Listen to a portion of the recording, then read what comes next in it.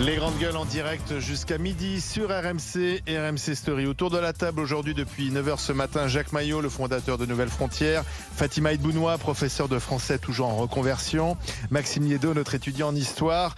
Bien sûr, vous pouvez les interpeller, vous connaissez le principe, et GG et vous tout à l'heure à 11h40 au 32-16. Si vous n'êtes pas d'accord avec ce qui a été raconté tout à l'heure, notamment sur la venue de Greta Thunberg à l'Assemblée nationale, on a parlé également de la contre-attaque organisée par François de Rugy, aussi de ces fonctionnaires payés à rien faire du côté du Var, avec des cas quand même assez hallucinants, et puis cette canicule qui s'installe à nouveau en France. Maintenant, on fait quoi dans la durée? Quelles sont les mesures à prendre sur tous ces sujets? Eh bien, nous continuerons le dialogue tout à l'heure à 11h40 au 32-16. Maxime, tu as déjà un GG et vous, me dit-on dans l'oreillette? Oui, parce que j'ai une oreillette, c'est normal. Allez, c'est parti, c'est le grand oral. RMC, le grand oral des grandes gueules. Olivier Faure, bonjour. Bonjour. Député de la Seine-et-Marne, premier secrétaire du Parti Socialiste. Greta Thunberg, elle vous fait peur ou elle vous fascine? Ni l'un ni l'autre. Elle est une lanceuse d'alerte utile. Il faut quand même reconnaître que la force de conviction de cette jeune femme a été incroyable. Elle a réussi à entraîner derrière elle une génération et qui vient nous dire notre fait, qui nous dit vous êtes aujourd'hui en responsabilité, mais le monde dans lequel nous vivrons demain, il se décide aujourd'hui. Et si vous ne faites rien, ce sera invivable. Et donc, je trouve que cette parole est une parole à la fois sérieuse parce qu'elle est documentée, elle est accompagnée par un certain nombre de scientifiques et elle vient se faire la porte-parole d'un message qui est le message des générations qui viennent. Elle a sa place à l'Assemblée nationale? Oui, elle a sa place à l'Assemblée. C'est pas ce que disent certains de vos collègues de droite comme Julien Aubert ou Guillaume Larrivé qui disent que c'est finalement une gourou, elle annonce l'apocalypse, elle fait peur, elle devrait... Ils ont besoin parfois d'être y compris réveillés. C'est pas si, ça fait des années, ça fait même des décennies. En fait, un miracle scientifique, technologique qui permette de lever les obstacles. Pendant le quinquennat de François Hollande dans ce domaine. La transition énergétique, les accords de Paris. Non mais attendez, moi je veux bien, je dis pas que tout a été fait et je ne suis pas là pour conseiller de François Hollande et la sortie de ces accords des États-Unis. Mais il y a quand même eu une volonté qui s'est exprimée, qui n'est pas suffisante. Maintenant, il faut la rendre concrète parce que, y compris la France aujourd'hui, celle du président Emmanuel Macron, ne respecte pas les accords de Paris, alors même qu'il est le président qui voulait rendre la planète Greta Again, ce qui est un objectif que je partage. Maxime Niedo. Vous parliez des accords de Paris. Tout à l'heure, on avait même un spécialiste du climat, il y a moins de 10 minutes ici à votre place, qui disait que les accords de Paris, le but c'était de réduire de 2% les effets de serre. Au contraire, depuis chaque année, depuis les accords de Paris, on les augmente de 2%. Et on parle d'environnement. Il me semble qu'un de vos combats maintenant, c'est le CETA.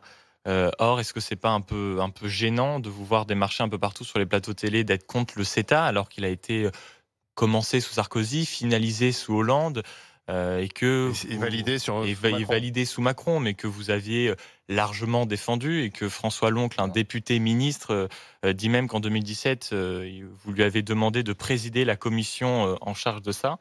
Est-ce que dans ce cas-là, on n'a pas peur que vous nous refassiez un peu le coup de la SNCF? C'est-à-dire que sous Hollande, j'ai vu même que le 10 avril 2018, vous n'étiez même pas à l'Assemblée pour voter contre justement cette nouvelle réforme ferroviaire.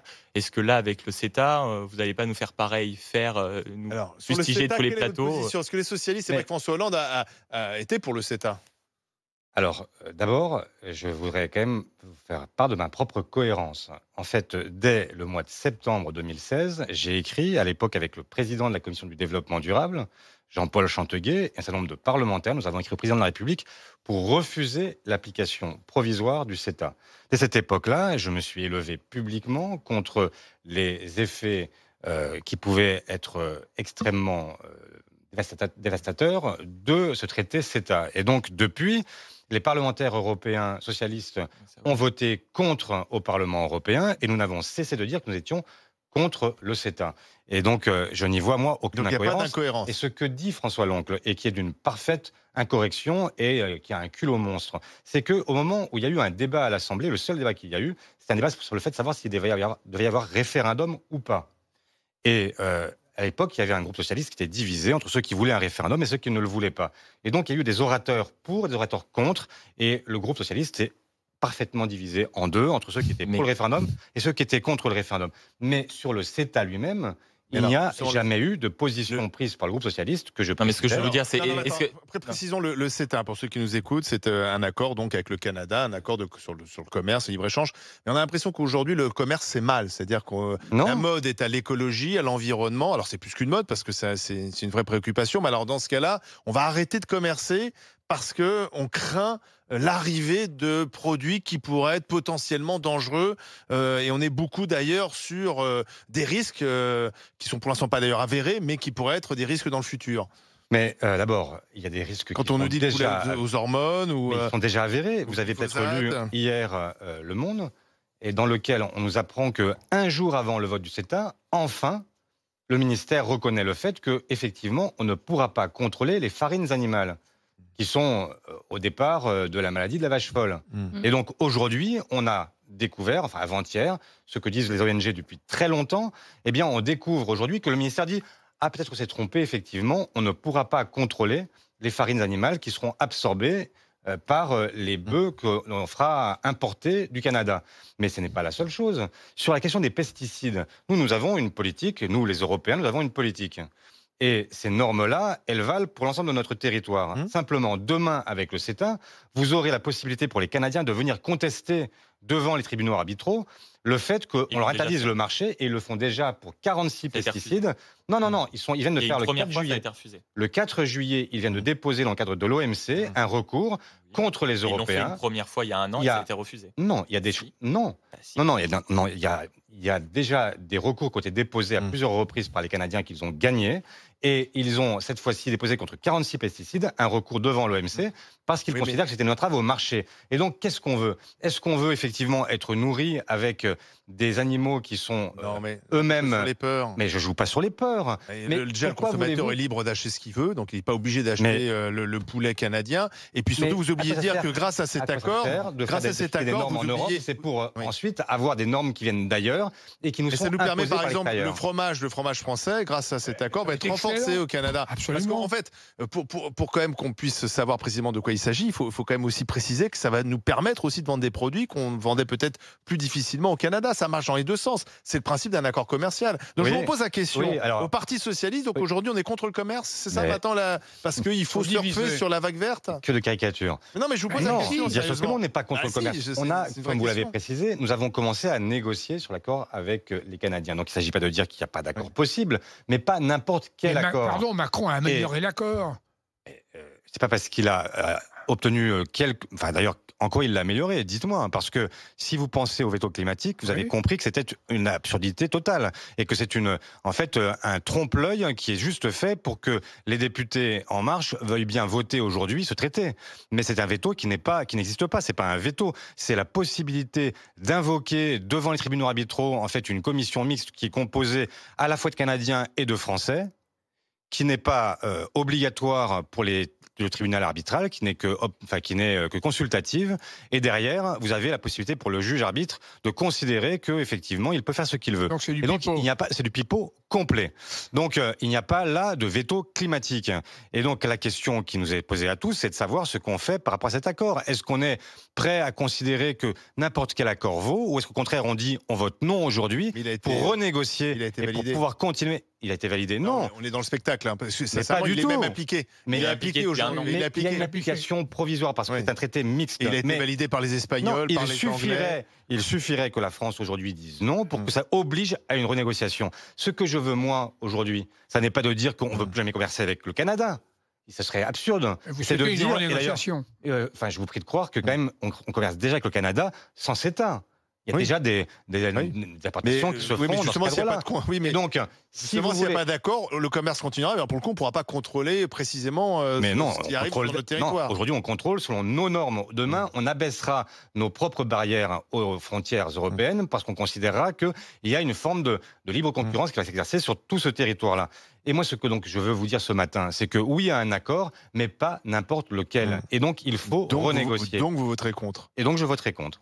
L'actualité, c'est aussi François de Rugy. On apprend à l'instant que l'un des premiers rapports du secrétariat général du gouvernement valide les dépenses engagées concernant les travaux dans le logement de fonction de François de Rugy. Alors dans le même temps, Matignon annonce une nouvelle circulaire qui devrait compléter les règles déjà édictées pour renforcer le process de contrôle des travaux dans les logements de fonction. Mais a priori, rien à reprocher de Rugy sur ça. En fait, il a démissionné pour rien. Mais si vous reprenez la chronologie des faits, il n'a démissionné ni pour le homard, ni pour le dressing. Il a démissionné uniquement parce qu'il a utilisé de manière illégale, vraisemblablement, ses frais de mandat pour payer ses cotisations d'élu, ce qui est absolument illégal. Donc moi, je ne suis pas preuve de morale. Ce qu'il n'était pas à l'époque, a priori, quand il l'a fait. Il n'était pas en 2015, c'est après une loi qui est devenue illégale. Non, pas du tout. Ça a toujours été illégal. Ça a toujours été illégal pour une raison très simple, c'est que quand vous cotisez à un parti politique, à un syndicat, bien vous avez une exonération fiscale. Et donc, vous ne pouvez pas utiliser de l'argent qui sert vos frais de mandat pour obtenir derrière, en fait, une exonération fiscale qui sert sur vos revenus. C'est assez logique, on ne peut pas être doublement gagnant. Et donc, c'est la raison pour laquelle c'est illégal. Mais est-ce qu'on est sûr qu'il était le seul à le faire avant 2015 ? C'est ça la question. Certainement pas. Mais enfin, ce que je vous dis, c'est que moi, quand je suis devenu député, en 2012, la première chose qui m'a été dite en devenant parlementaire, c'est que je ne pouvais pas utiliser cette enveloppe-là pour payer mes cotisations. Donc François de Rugy, on lui avait dit quand il était parlementaire. Donc il a dû lui aussi avoir l'information. Et il a malgré tout fait, enfin peut-être, j'en sais rien, je ne suis pas là non plus juge. Et ce que je dis simplement, c'est que ce qui est illégal, pour l'instant, il n'y a pas d'enquête. On verra si c'est légal, mais il n'y a pas d'enquête ouverte. C'était pas légal, c'est sûr. Maintenant, est-ce qu'il l'a fait, est-ce qu'il ne l'a pas fait, je n'en sais rien. Si on se fie à ce que dit Mediapart, il l'a fait, et c'est la raison pour laquelle il a démissionné. Mais pour le reste, il avait renoncé. Enfin, il n'avait pas démissionné. Et d'ailleurs, personne n'avait cherché. Moi, je n'ai jamais appelé sa démission pour ces premières raisons, parce que je considérais que c'était une question qui appartenait à sa morale, à sa conscience propre. C'est vrai que quand on voit les gilets jaunes défiler dans la rue, manger du homard, c'est pas forcément du meilleur goût, mais il n'empêche que ça n'était pas illégal. Du temps des socialistes à l'hôtel de la Sey, on mangeait pas de homard. Mais je ne sais pas ce qu'on mangeait. Franchement, j'ai été invité une fois dans ma vie à l'hôtel de la Sey. Une fois. Il n'y avait pas de homard ce jour-là. Il n'y avait pas de homard ce jour-là. Mais peu importe. J'imagine qu'on ne sert pas tous les jours mais ça n'est pas la question. C'est la question de l'indécence. Elle est liée au fait que dans le même moment, vous demandez à des gens sur leur retraite, la CSG. Vous demandez maintenant un âge pivot, 64 ans. Vous demandez aux chômeurs de faire des économies de 3,5 milliards. Vous demandez aux locataires de faire des économies sur les APL. Et puis, pendant ce temps-là, vous avez des gens qui mangent du homard. C'est le symbole qui était assez difficile à supporter. Donc le homard breton, on a tort d'en acheter, d'en manger, alors si je comprends bien, parce que ça, on pourrait être jugé... Mais ce n'est pas ce que je vous dis. Ce que je vous dis, c'est que, en fait, quand vous êtes un responsable politique, que vous appelez les Français à faire des efforts continus, et notamment les Français les plus modestes, et que pendant ce temps-là, à leurs frais, parce que donc il faut mettre les politiques à la diète. Non, ça veut dire que quand vous pouvez manger du homard et vous pouvez l'acheter vous-même, si vous avez le droit de faire y compris votre repas de réveillon. Mais pas lors d'un dîner officiel. Mais quand vous demandez des efforts aux Français, le mieux, c'est de rester sobre. Parce que ça finit par créer, en fait, une forme de hiatus entre les Français et les politiques. Est-ce que vous n'êtes pas entré dans une spirale infernale Parce que forcément, un jour ou l'autre, tout le monde sera touché. Les socialistes l'ont été, tout le monde la Macronie. Mais ce que je vous dis là, vous n'êtes pas dans une spirale infernale d'être plus pur que les purs. Mais vous aurez noté que je ne cherche pas à être plus pur. Je dis simplement qu'il y avait là un symbole qui était un symbole détestable, mais ça n'était pas illégal. Et donc, on ne fait pas démissionner un ministre parce qu'il mange du homard. En revanche, quand un ministre utilise son IRFM pour pouvoir payer ses cotisations, là, effectivement, il est hors légalité, et donc ça suppose effectivement sa démission. Maxime Yeddo. Écoutez, je vous écoute et je ne peux pas empêcher d'être très gêné, parce que vous êtes là, vous avez quand même été... un des compagnons de route de François Hollande, si vous me permettez ce terme-là, et vous donnez des leçons sur ce qui s'est passé. Vous dites, oui, on ne peut pas en même temps manger du homard et puis demander des efforts. Mais enfin, est-ce que je vous rappelle le quinquennat et le bilan économique de François Hollande, les réformes de François Hollande, l'impôt, l'impôt qu'il a fait payer sur les classes moyennes, de ne pas avoir les chiffres précis, c'est énorme. Très impressionnant, parce que la réalité, c'est qu'on a supprimé 2 tranches d'imposition. Deux tranches d'imposition qui visiblement Hollande ne s'est pas fait sentir dans la population.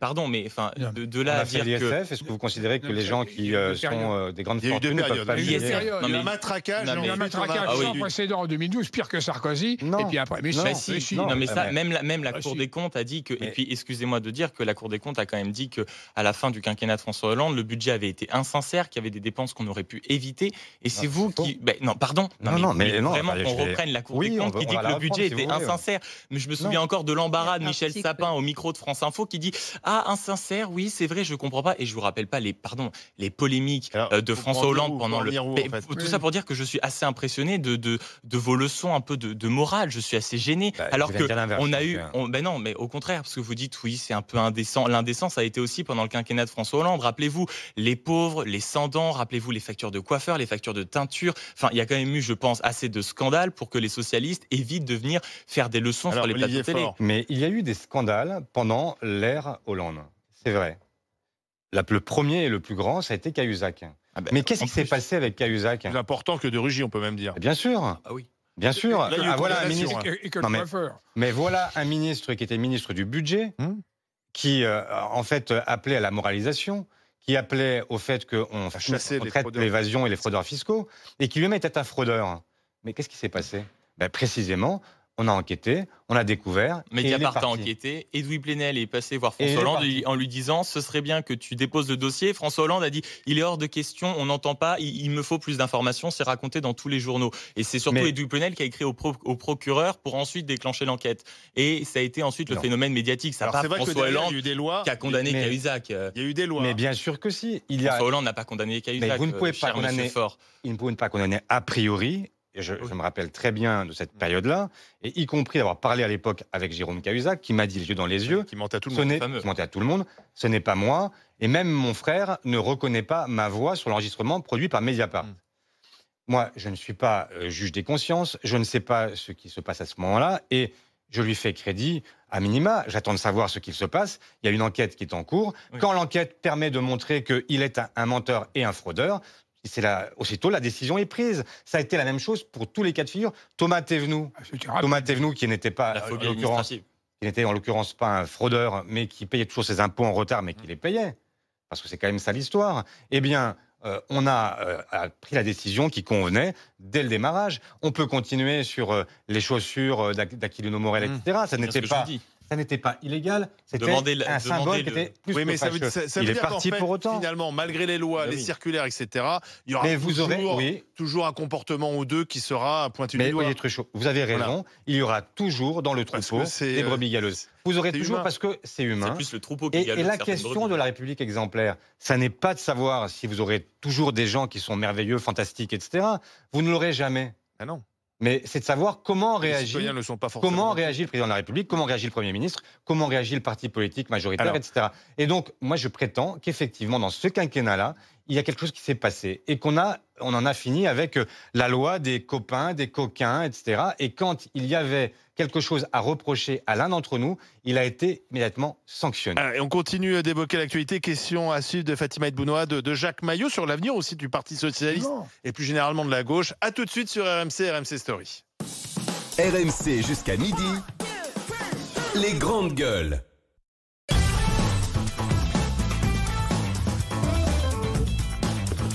La suite du grand oral d'Olivier Faure, c'est le patron des socialistes, premier secrétaire du PS, député de la Seine-et-Marne. Question de Fatima Bounoua. Lorsque je pense au Parti Socialiste, j'ai du mal à identifier pour le Parti Socialiste aujourd'hui, tel qu'il est. Donc voilà, je vais mettre de côté tout ce qui s'est passé. Quelle est votre ligne d'un point de vue sociétal ? Parce qu'on arrive d'un point de vue économique, on comprend le socialisme, on arrive à comprendre même par rapport aux enjeux actuels.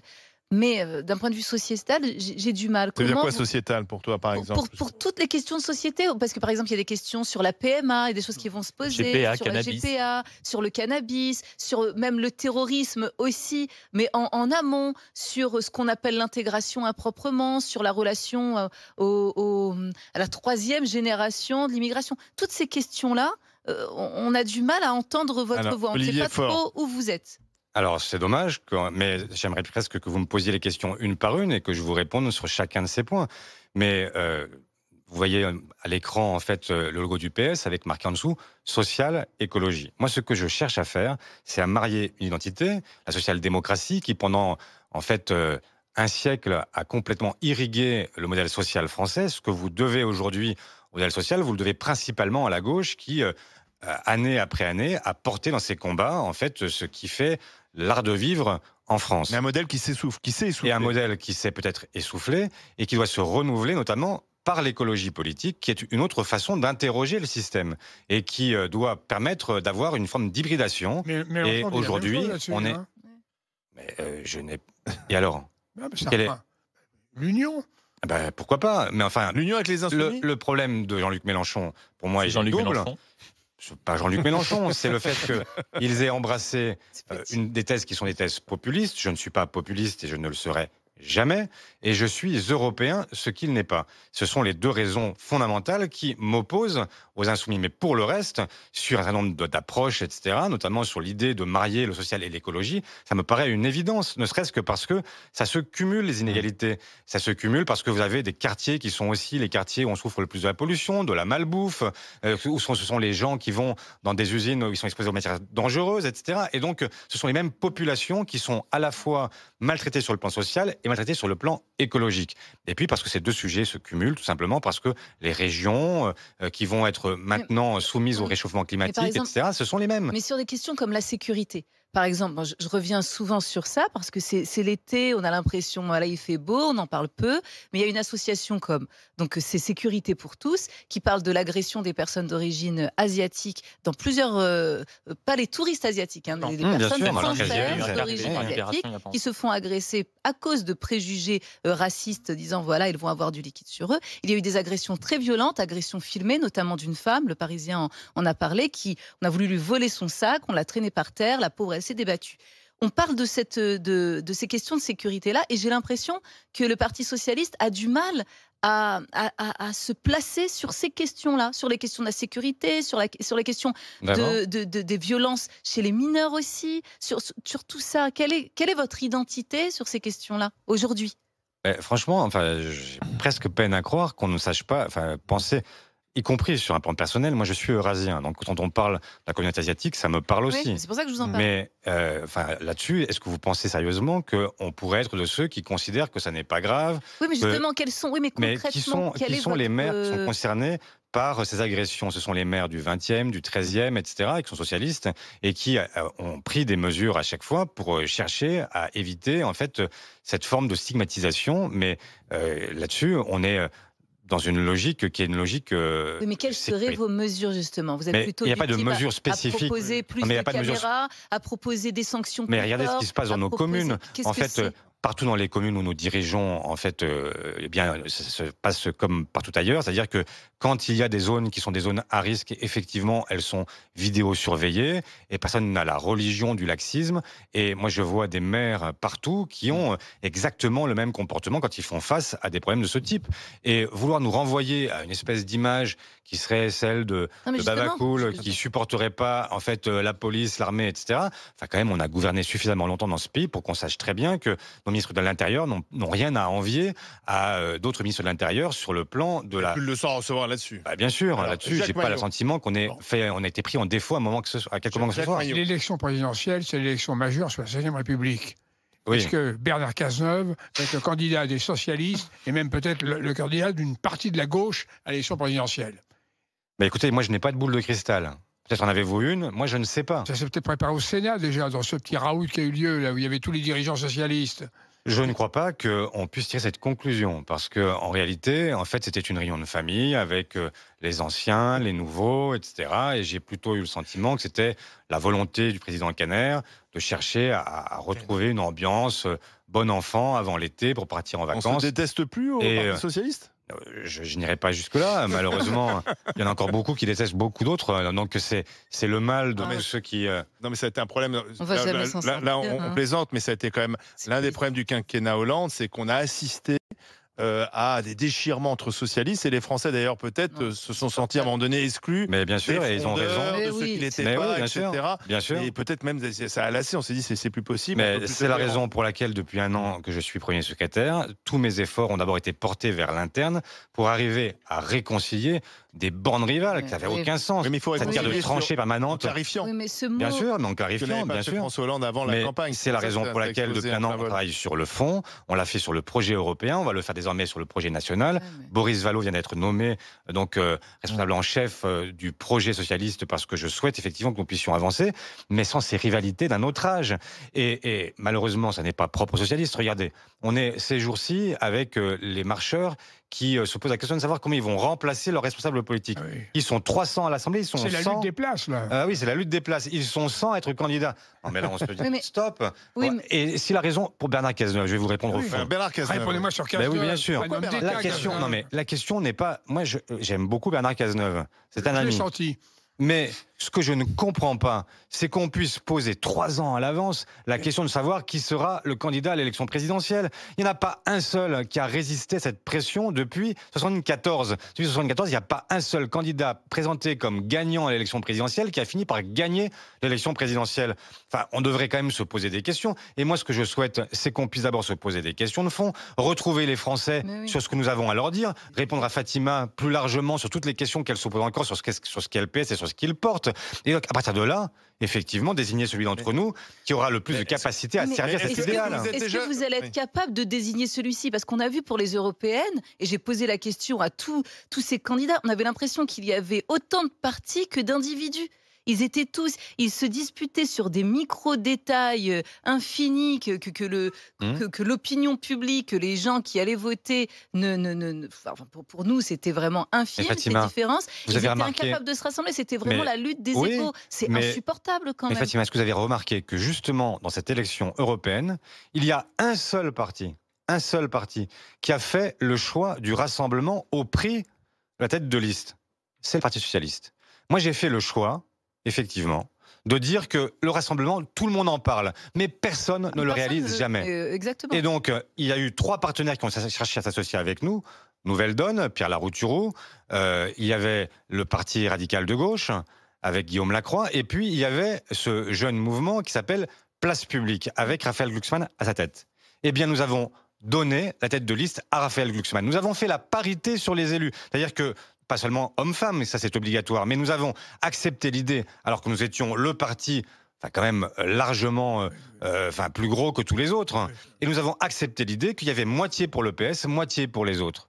Ça, c'est quand même un changement Vous avez fait profond. 6%. Donc, excusez-moi, Non, mais le résultat C'est n'est pas pas la, probant. Non, c'est mais pas la je veux question. dire, pour l'état La question, c'est Oui, mais- est-ce qu'à un moment D'accord, donné, il y a mais des gens c'est pas qui font le suffisant. choix du rassemblement? Mais c'est pas Bien suffisant sûr, pour Oui, mais convaincre. place Ça publique. n'est Non, mais pas- bien sûr, ça n'est pas suffisant c'est pour une convaincre. chose, mais c'est pas Mais- suffisant pour Non, donner mais envie. bien aux gens sûr de que ça n'est voter. pas Et puis suffisant. surtout, avoir à Mais- sa tête place publique et parler de On va rassemblement, pas faire alors que le européennes. début de place publique, c'était justement la division. Alors, C'est-à-dire que vous voulez Non, c'était rassembler. l'inverse. Oui, mais Non, on va pas refaire les l'ADN de européennes, Place Publique, c'était de dire Passons à autre chose. qu'il fallait se rassembler avec toute la gauche. Oui. Nous l'avons proposé à toute la gauche. Je l'ai Mais- proposé à tous les partis de gauche. Hmm. Ils l'ont refusé. Oui. Bon, ben moi, je peux pas être Mais plus réaliste la que le roi. question- Mais la évidemment, question- cette question-là se pose et continuera à se poser. Mais la question, elle est plus fondamentale.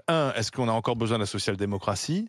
Est-ce qu'on a encore besoin du Parti socialiste, tout simplement? Est-ce que les partis sont mortels, comme Bien nous sûr. tous? Est-ce qu'aujourd'hui, on a vraiment besoin... On voit bien quand même qu'aujourd'hui, il y a 2 partis qui sont devant les autres, c'est La République En Marche et surtout le Rassemblement National, C'est des qui est fini en mouvements tête aux européennes, qui sont des mouvements, mais en tout cas, ce sont ces 2 Oui, les mouvements partis. qui, pour l'instant, pas parti ou mouvement Non, après... oui. Oui, mais enfin bon, En Marche... Les gens En Marche, il n'y a Ouais, pas de carte. c'est pas- Enfin, ils si ont En Marche se changé un comporte peu comme le un parti, côté- enfin bon, on va pas Oui. revenir, mais enfin en tout cas, ce Ils sont sont un ces parti 2... sans la démocratie. Voilà. C'est ce qui les distingue. Ce sont ces 2 mouvements qui dominent. Est-ce qu'on a besoin du Parti socialiste dans ce nouveau clivage qui s'est installé? Mais écoutez, je sais pas, moi, par exemple, est-ce que vous pensez que l'économie des plateformes, l'économie numérique, celle qui vient là, elle suppose qu'on dise que le marché régulera tout seul, ou est-ce que ça suppose au contraire une maîtrise? Avec les Est-ce que taxes. vous pensez... Mais pourquoi? Je vais pas parler de taxes. Ah non, mais- Est-ce que vous pensez sérieusement que l'ubérisation est un modèle pour l'avenir? Est-ce que vous, Elle est en qui êtes place. encore En étudiant, place, avez... l'ubérisation. Même si vous Ben- la détestez, elle existe. Il y a des gens, Bien des- sûr qu'elle des existe, mais milliers, est-ce des millions que- de gens qui en vivent chaque jour. Oui, mais est-ce que vous considérez, par exemple, que quelqu'un qui est un chauffeur Uber, Mmh. il ne doit pas avoir de protection sociale, Mmh. qu'il ne doit pas être payé comme un salarié, alors que de fait, Mmh. il est un salarié? Mmh. Et donc, cette économie de plateforme, est-ce qu'on considère qu'elle est l'avenir de tout? Et donc là, vous retournerez à une forme d'esclavagisme. Parce que tout simplement, vous avez des gens qui sont censés être auto-entrepreneurs, mais qui sont dans une domination économique qui fait que dans la réalité de leur travail, ils sont des salariés. Et donc, est-ce que vous pensez que tout va bien et qu'on continue comme ça? Et donc, demain, vous n'aurez plus aucune sécurité, vous n'aurez plus aucun droit social attaché au métier que vous exercez? Ou est-ce qu'au contraire, vous considérez que la social-démocratie, précisément parce que pendant un siècle, elle a été celle qui a donné ses droits aux travailleurs, qui a donné ce code du travail. C'est sous la social-démocratie que les GAFA ont triomphé, c'est sous la social-démocratie. Et sur le chômage. Attendez, les GAFA, c'est aujourd'hui les sociodémocrates qui proposent une vraie imposition des GAFA, voilà, la taxe. Pas une imposition. La taxe. Mais Maxime, attendez, Maxime, vous êtes sympathique, hein, et je vous aime beaucoup. Oui, moi aussi. D'ailleurs, en parlant de ça, quand finis. est-ce que vous parlez des jeunes? Parce que faire un mouvement en ce moment bien, sans jeunes, je crois qu'on est un peu plus nombreux que ceux qui vont partir. Donc si on pouvait s'intéresser 20 secondes aux jeunes dans un parti politique, ce serait chouette. Moi, quand je vous parle de l'évolution numérique, je pense que je parle de votre génération. J'ai 4 enfants. Oui, pas moi. Pas vous. Mais justement, je me sens responsable de leur avenir. C'est normal. Et donc, moi, quand je parle du numérique, je parle de ce qui va se passer demain. Moi, au fond, ma vie professionnelle, elle n'est pas encore achevée. Mais enfin, je suis plus proche de la fin que du début. Vous êtes plus proche du début que de la fin. Et donc, qu'est-ce qu'on fait pour vous? Qu'est-ce qu'on fait? Justement, qu'est-ce que vous faites pour m'assurer que le travail à la fac, un jour, me permettra d'avoir un emploi? Qu'est-ce que vous me permettrez pour avoir accès à la culture? Qu'est-ce que vous allez me permettre de vivre dans un monde un peu mieux, avec un peu plus de sécurité, avec un peu plus d'échanges? Comment vous allez me garantir tout ça? Parce que tout ça, vous n'en parlez pas. Moi, je vais être honnête. Parlons-en, si vous voulez, non, mais pas de problème. Vous pouvez mettre un impôt sur Apple, je vais quand même continuer à être très content de pouvoir acheter mon iPhone. Vous voyez ce que je veux dire? Qu'est-ce que vous nous proposez pour la culture, pour les études, pour le travail, pour notre vraie vie après? Si vous voulez, même y compris si vous voulez avoir l'accès à la culture, comme tout le reste, ça a un coût. Bah oui, justement. Et qui le supporte, ce coût? Est-ce que vous préférez que ce soit Apple, qui délocalise ses bénéfices et qui considère qu'elle n'a pas d'impôt à payer en France, ou est-ce que ça doit être vous et moi? Moi, je considère que quand ils réalisent des bénéfices importants, quand ils font des bénéfices importants dans notre pays, eh bien, ils doivent être imposés sur leur chiffre d'affaires. C'est ce que propose l'économiste français qui est à Harvard, mais qui est français et qui s'appelle Zuckman. Et c'est ce que nous avons proposé au Parlement avec Boris Vallaud, avec Dominique Potier, il y a 1 an, et qui nous a été refusé par La République En Marche. Parce que nous voulons une vraie imposition de ceux qui peuvent payer. Il n'est pas normal qu'on vienne faire les poches de ceux qui n'ont rien, et que pendant ce temps-là, eh bien, les GAFA puissent continuer, pardon du terme, mais à se gaver. Merci Olivier Faure, le patron du Parti Socialiste, député de la Seine-et-Marne. Vous votez contre le CETA cet après-midi alors? Oui, et même là, en vous quittant, je vais voir Greta Thunberg. Et vous allez voir Greta Thunberg. Merci Olivier Faure. Allez, on enchaîne avec les GG, vous. À bientôt. RMC, les grandes gueules, les GG et vous. Avec Damien qui voulait interpeller Maxime Niedot. Il te trouve déprimant concernant la lutte contre le réchauffement climatique. Damien, bonjour. Moi, le déprimant? Oui, bonjour les GG. Bonjour. Il vous a Bonjour, déprimé, le jeune Maxime. On va réécouter ses propos et nous allons déprimer tous ensemble. C'est toujours cet effet. Et honnêtement, je comprends qu'on n'ait pas envie d'écouter le parfait sosie entre Jeanne d'Arc et Chucky. C'est-à-dire que Jeanne d'Arc et Chucky qui nous dit que dans 20 ans, en gros, on va tous être décimés et que de toute façon, ça ne sert plus à rien d'étudier parce qu'on va mourir. Je vous cache pas que ça me fait un petit coup, ça me file un petit coup de bad. Et deuxièmement, derrière les prix, derrière les récompenses, derrière les cérémonies, derrière les polémiques, qu'est-ce qu'on fait? À part écouter Greta Thunberg, qu'est-ce qu'on fait? Est-ce que le fait qu'elle nous parle va changer radicalement les choses? J'en ai pas l'impression. Alors, Greta Thunberg, c'est un mix donc entre Jeanne d'Arc et Chucky. Ou Annabelle. Non, elle ressemble plus à Annabelle dans Conjuring quand on y pense plus. S'attaquer au physique Moi, je la vois bien dans une chaise roulante, fixée, tu sais, derrière, qui toque les 3 coups à 3h du matin. Alors, Damien, venez un peu répondre à Maxime Niedot. Les attaques physiques, c'est les arguments de ceux qui n'ont pas d'arguments. Fatima, on écoute Damien. Pas physiquement. Attendez, Damien. Je fais un constat. Oh, ne parlez pas, sinon on n'entend pas Damien. Damien, bonjour.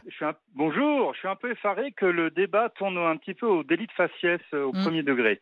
Moi, je voudrais juste rappeler certaines choses. L'humanité a connu dernièrement, au 19e siècle, la révolution industrielle qui a tout bouleversé. Le problème est que avec la génération des baby-boomers et la Deuxième Guerre mondiale, on a dû reconstruire la France et on a inventé la consommation de masse, l'agriculture de masse et finalement la surconsommation, la surcroissance, le gaspillage et la paresse. Moi, je trouve que Greta Thunberg, elle est de son siècle, c'est-à-dire qu'elle a conscience que tout ça, c'est le passé, que le pétrole, c'est le passé, que l'individualisme, c'est le passé. Je pense que... Vous voulez comment ? Venez. Moi, je suis à Lyon, au nord de Lyon, il y a le Beaujolais. Le Beaujolais, avant, c'était un vin qui faisait 11 degrés, 11 degrés 5. Maintenant, il fait 14 à 14,5. Et sachez, par exemple, que les professionnels du vin du Beaujolais savent pertinemment qu'en 2050, la zone idéale pour le cépage du Beaujolais sera située au Danemark. Donc, qu'est-ce qu'on fait ? On ne fait plus rien ? On reste chez soi en disant, de toute façon, les autres sont pires que moi. Moi, je trouve que Greta Thunberg, elle a le mérite de la sincérité. Qu'elle soit manipulée ou pas, je trouve que c'est même pas la question, c'est une messagère. Et je pense que l'avenir est à la modération. Certains ont peur. Maxime, vous avez peur de la décroissance. Moi, je parle pas de décroissance. On est dans une surcroissance. Donc, il faut revenir à une croissance raisonnée et raisonnable. Et j'en ai marre de la France des rabougris. J'en ai marre de la France des rabougris. Soyons heureux, allons de l'avant, faisons les bonnes choses, les bonnes décisions, faisons-le maintenant. Oui, et puis oui. Enfin, déjà, pardon, mais vous voyez, quand vous parlez de Greta Thunberg comme la messagère, j'ai l'impression qu'on parle du messie de l'environnement. Ensuite, je crois que vous avez dit que j'étais attendez, Maxime, quand vous êtes entré dans les grandes gueules, vous étiez à peine plus jeune qu'elle. Pourquoi vous lui déniez le fait d'avoir une conscience ? Mais je ne lui fais pas un procès en jeunisme, et contrairement à elle... De quel droit, Maxime ? Mais je n'ai pas le droit, excusez-moi, mais vous voyez, vous rentrez dans quelque chose de totalitaire. Je critique Greta Thunberg, mais si, sous prétexte que je la critique, je lui fais un procès. Pas du tout. J'ai encore le droit dans ce pays de ne pas être d'accord avec elle. Ensuite, pardon ? Vous déniez son message et son existence même. Mais oui, parce que permettez-moi d'avoir un avis. Donc déjà, ça me gêne. Moi, je suis chef d'entreprise. Quand j'ai un problème dans mon entreprise, je ne ferme pas les yeux, je ne râle pas, je le résous. Mais écoutez, on a un gros problème. Oui, mais il faut juste, Damien, que vous me laissiez aller au bout de la phrase, sinon on ne peut pas avoir de dialogue. Venez du côté des acteurs, arrêtez de râler. Mais oui, mais justement, laissez-moi finir, s'il vous plaît. Déjà, le fait que vous la qualifiez comme une élue, ça me gêne beaucoup. Ça veut dire qu'elle a la seule vérité. Ensuite, vous me qualifiez dans un message préliminaire de déprimant. Pardon, entre moi qui pense visiblement que la science peut nous sortir de là, qu'on n'est pas condamné à dans 30 ans à mourir, à voir la terre en feu et à ne pas finir nos études parce que finalement on ne sera pas là pour mourir. Pardonnez-moi de penser et de vous rappeler que l'espérance de vie a doublé en un siècle, qu'on n'a jamais eu aussi peu de familles, que le niveau de vie a augmenté. Et pardon, oui, j'aimerais avoir des enfants. C'est possible encore de rêver d'avoir des enfants dans ce monde, non ? Or, il y en a beaucoup qui, au nom de la doctrine de Greta Thunberg, c'est-à-dire au nom de l'écologie, ne veut pas avoir d'enfants. C'est ça le problème. Ensuite, Greta Thunberg porte un message.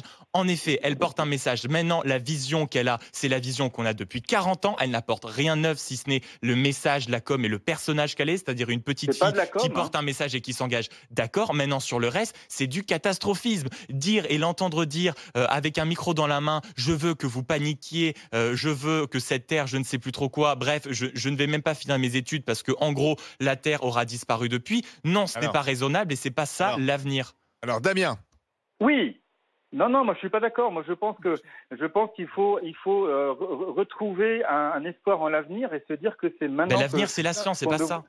Non, il n'y a pas que la science. Il y a les petits gestes de tous les jours. Il y a le fait de ne pas prendre sa voiture pour faire 500 mètres et acheter du pain. C'est le fait d'utiliser moins certains moyens de paresse. C'est quoi les moyens de paresse ?